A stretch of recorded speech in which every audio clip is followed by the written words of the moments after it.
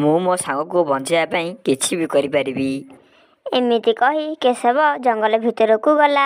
ରାସ୍ତାରେ ସେ ବହୁତ ଭୟଙ୍କର ଜୀବଜନ୍ତୁ ଦେଖିଲା, ହେଲେ ସେ ଭୟ ନ କରି ଆଗକୁ ଗଲା। କିଛି ସମୟ ପରେ ସେ ବରଗଛ ପାଖରେ ପହଞ୍ଚିଗଲା। ବରଗଛ ତଳେ ନାଗୁଣୀ ବସିଥିଲା, ଆଉ ତା ମୁଣ୍ଡରେ ନାଗମଣି ଚମକୁଥିଲା। କେଶବକୁ ଦେଖି ନାଗୁଣୀ କହିଲା, କିଏ ତୁ? ଏଠାକୁ କାହିଁକି ଆସିଛୁ?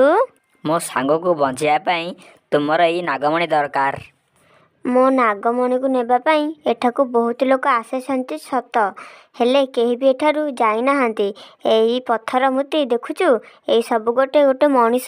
ମୁଁ ଏଇ କଥା ଜାଣିଛି, ତଥାପି ମୁଁ ଏଠାକୁ ଆସିଛି କାହିଁକି ନା ମୋ ସାଙ୍ଗକୁ ବଞ୍ଚାଇବା ପାଇଁ ମୋତେ ତୁମର ନାଗମଣି ଦରକାର। ତେବେ ଠିକ୍ ଅଛି, ମୁଁ ତୋତେ 2ଟି ପ୍ରଶ୍ନ ପଚାରିବି। ତାର ଉତ୍ତର ଯଦି ତୁ ଠିକ୍ ଦେଇଦେବୁ, ମୁଁ ତୋତେ ମୋର ଏ ନାଗମଣି ଦେଇଦେବି। ହଁ, ପଚାର। ମୁଁ ତମର ସବୁ ପ୍ରଶ୍ନର ଉତ୍ତର ଦେବାକୁ ଚେଷ୍ଟା କରିବି। ମୋର ପ୍ରଥମ ପ୍ରଶ୍ନ, ଏଇ ପୃଥିବୀରେ ଥିବା ଜୀବନ୍ତ ଦେବୀର ନାଁ କହ। ମା ହିଁ ଏ ଦୁନିଆର ଜୀବନ୍ତ ଦେବୀ। ଠିକ୍ ଉତ୍ତର ଦେଲୁ। ଏବେ ମୋର ଦ୍ୱିତୀୟ ପ୍ରଶ୍ନର ଉତ୍ତର ଦେ। ସିଏ କିଏ, ଆଉ କାହାକୁ କଷ୍ଟ ଦେଲା ପରେ ସେ ନିଜେ କାନ୍ଦେ? ଦ୍ୱିତୀୟ ପ୍ରଶ୍ନର ଉତ୍ତର ବି ସେଇ ମା। ଛୁଆ ଯେତେବେଳେ ଦୁଷ୍ଟ ହୁଏ ତାର ମା ତାକୁ ଶାସ୍ତି ଦିଏ। ପର ମୁହୂର୍ତ୍ତରେ ଛୁଆର କଷ୍ଟ ଦେଖି ସେ ନିଜେ ବି କାନ୍ଦେ। ତୁ ମୋ 2ଟି ପ୍ରଶ୍ନର ଉତ୍ତର ଠିକ୍ ଦେଇଛୁ। ଏଇ ନେ ମୋ ନାଗମଣି। ଏମିତି କହି ନାଗୁଣୀ କେଶବକୁ ତା ନାଗମଣି ଦେଇଦେଲା। ନାଗମଣି ପାଇ କେଶବ ବହୁତ ଖୁସି ହୋଇଗଲା। ସେ ନାଗୁଣୀକୁ ଧନ୍ୟବାଦ ଜଣାଇ ନିଜ ସାଙ୍ଗ ସୁନାଗାଈ ପାଖକୁ ଫେରି ଆସିଲା।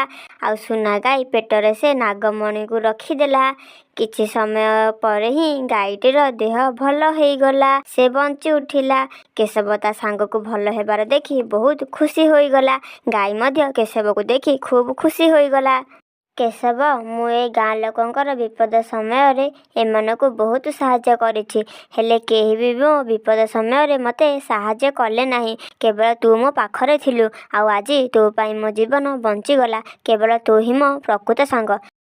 ଏମିତି ସୁନାଗାଈ ଆଉ କେଶବ ସାଙ୍ଗ ହୋଇ ଖୁସିରେ ରହିଲେ।